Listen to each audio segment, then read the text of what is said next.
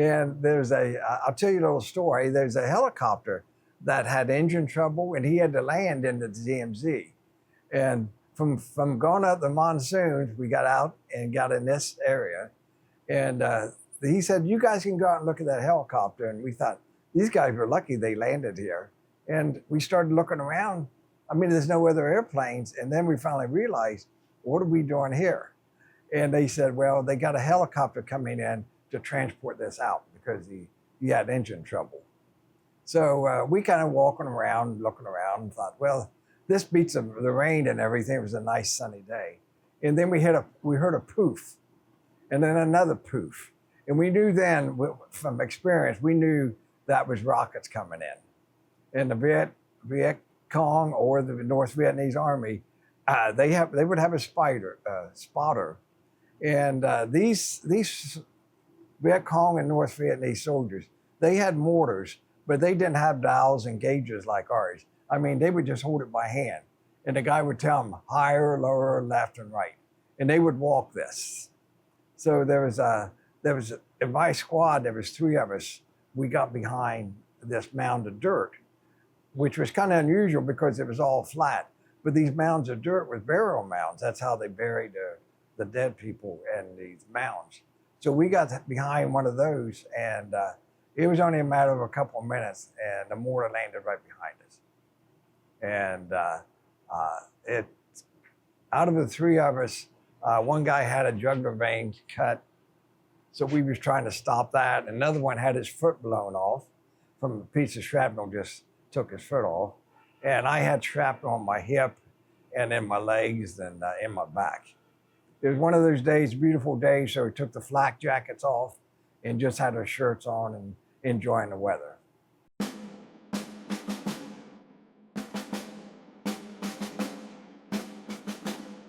What's it like being a 19-year-old kid, knowing that you're about to go over to Vietnam? Well, after boot camp, we knew everything from high school. No one could tell us anything. And then after boot camp, we were trained killers that we wasn't going to be worried about anybody. So you felt pretty confident in your abilities? Oh yes, very confident. Confident and naive. Mm-hmm. Yes. So again, 19-year-old kid, you have training, some of the best in the world, but when the mortar rounds start coming in, I'm just trying to put myself in your mind at that point.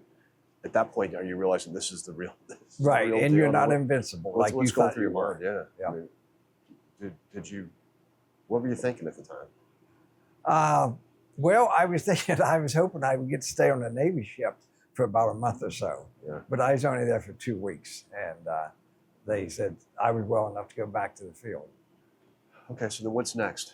Well, the next, it was about a month after we went to excuse me, we went to an area called Con Tien. It was a mountaintop, and it was mostly for security to try to keep an eye on the North Vietnamese Army.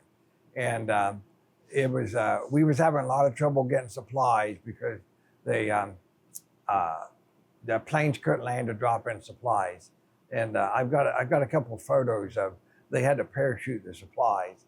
And then when the mortar stopped, we'd go out and get the supplies. So, and they said it was pending that it might, the Viet Cong or the North Vietnamese Army would be there. So that might want to take over the location of it because it was a strategic location. So one evening this has been in April now, one evening we started getting mortar rounds, which was unusual for the evening because most of it just during daytime. But the base was overrun that day. And fortunate or unfortunate for me, they had an area just outside the fenced-in area as a listening post. And there was 3 of us out there. And they started coming in. They were blowing a bugle, and I mean, they were just coming in, and just one row after another. And we had an M60 machine gun, and we thought we had plenty of ammunition, but I was on the machine gun, and we had an ammo man, and we had a man that carried a couple barrels in it. because the machine gun, when you fire it constantly for so long, they'll get white. I mean, they're so hot. And he had an asbestos glove, and he would take the a barrel out and put a brand new barrel on it so you could continue. And these guys kept coming, and I ran out of ammunition, and I looked over the guy on my left who had the ammunition. He had been shot in the side of the face. And then I looked over to the right, and my guy that had the barrels, he was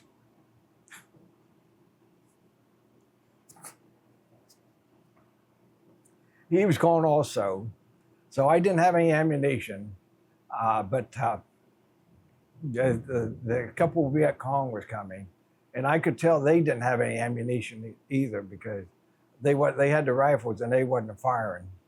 And the only thing I had was my K-bar knife and my little shovel that we dug the trenches and stuff out of. So they both jumped in, and rest of the guys, rest of the Viet Cong, they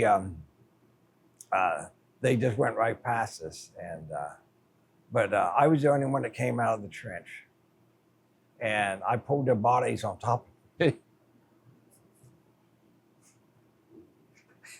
And I heard them, I could hear in the back, the radio, they was calling a broken arrow. Have you ever heard of that? Yes, sir.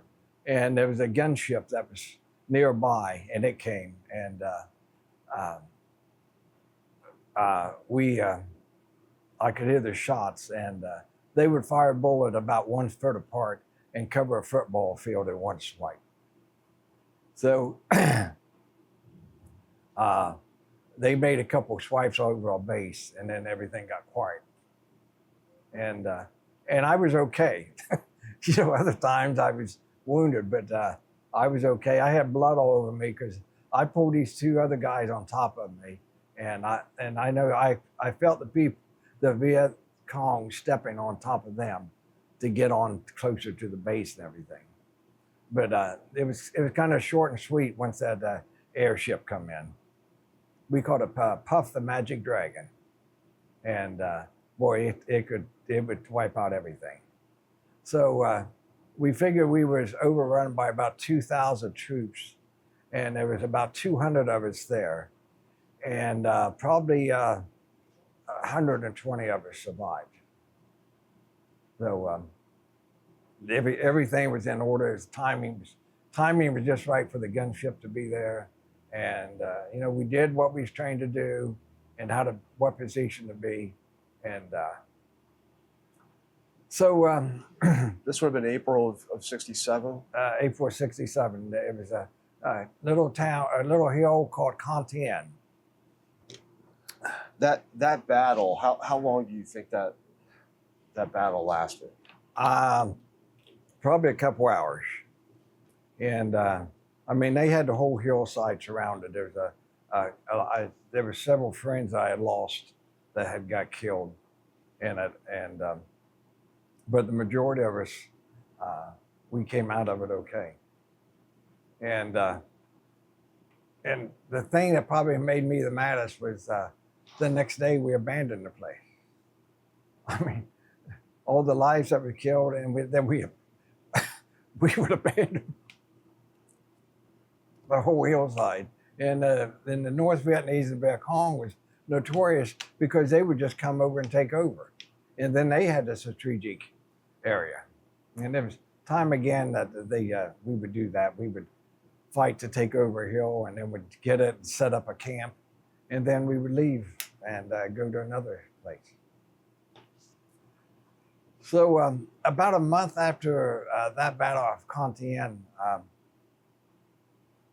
we were still searching the countryside for villages, and we'd gone through this open field, and one of our troops set on a booby trap 500-pound bomb, and it was one of ours that dropped, and it didn't explode, and the Viet Cong had booby trapped, and I was about 30 yards from him, and that was the second time I was wounded. I got shrapnel in the arm and in the shoulder from that bomb exploding. And they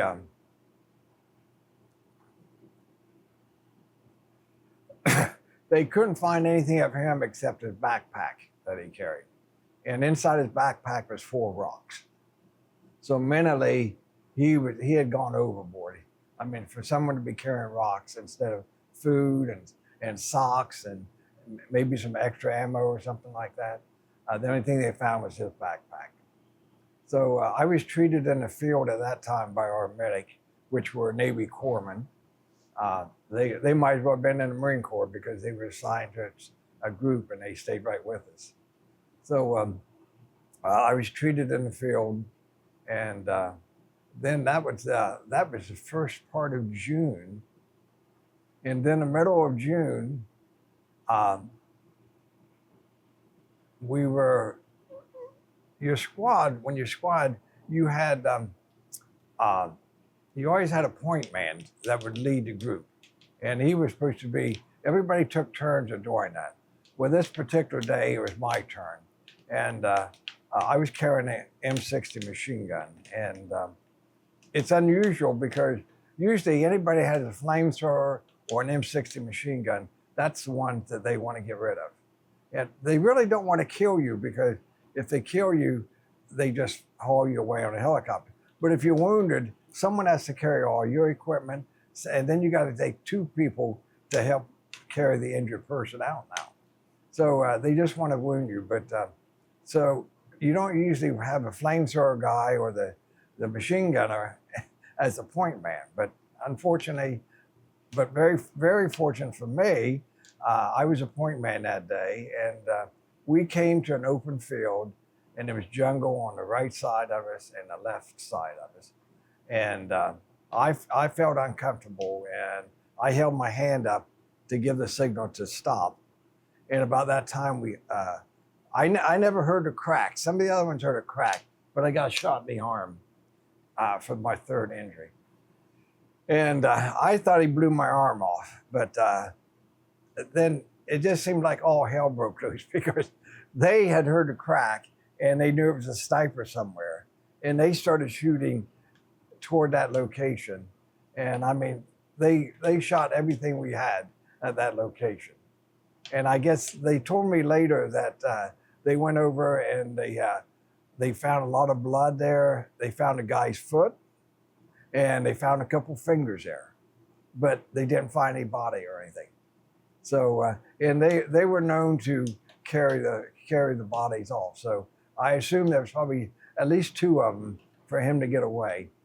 And so I was immediately evacuated out, and I ended up in Okinawa for the next 2 months to recuperate. How did they treat the wound there in the field? They have to put a tourniquet on, or how? Yeah, I put the medic put a tourniquet on, and then he just bandaged it to control the bleeding. And he said they didn't want to. They couldn't tell it was deep enough. They didn't want to just bandage it and see how it would turn out because they thought maybe there might have been a round in it. But so they bandaged it up and called a helicopter in to evacuate me. And at the same time, they said when I got hit in the arm, they heard an explosion. So they think that somebody set off a claymore mine, which is a mine that's set up by a tripwire. So 2 or 3 other people got hit by that. And, you know, it just, everything goes wrong just in that instant.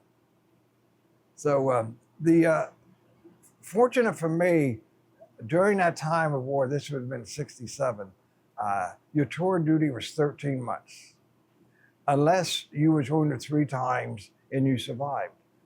And you didn't get to go back to the States. They just had to take you out of country. So I went back to Okinawa to recuperate. And I thought, and it's nice in Okinawa compared to what you had been through for the last, so I was there only 10 months. And, but you hear a lot of these people who they re-upped 2 or 3 different times. And for them, if they survived, they're probably the luckiest person.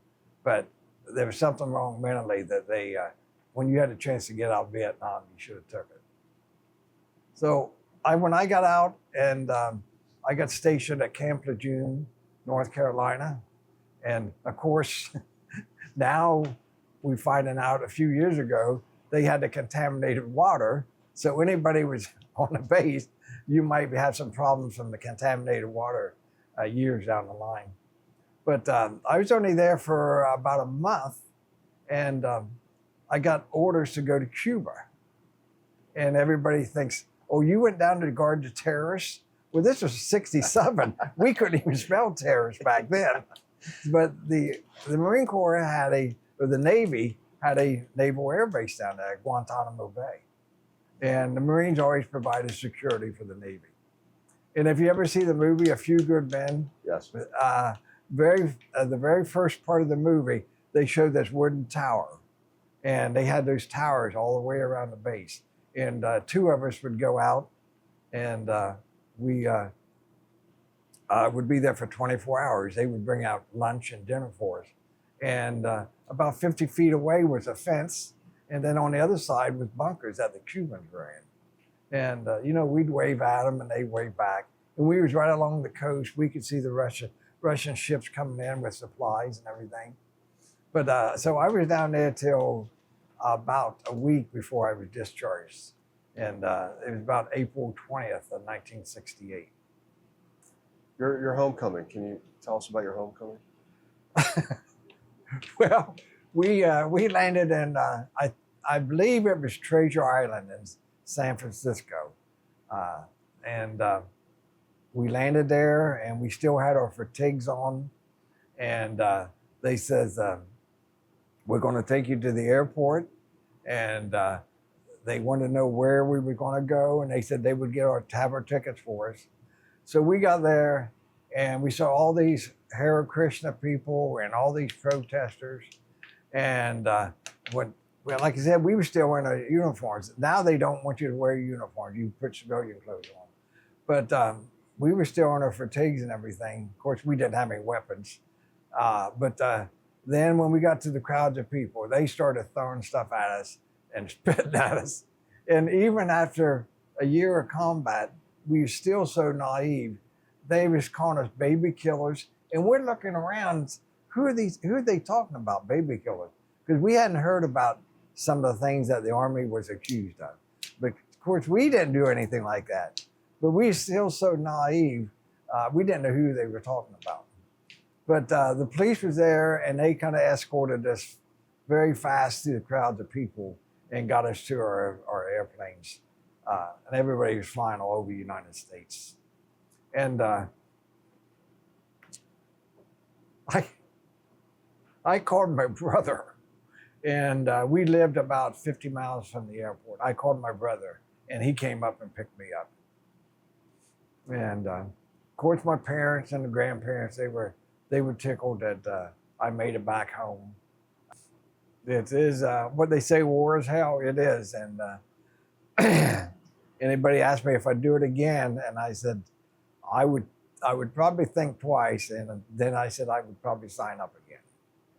I said, but anybody else, if you got other options, if you can go to school, you better go to school. But I got married, and my first wife had got pregnant, and I had to go out and get a job, and life still just goes on.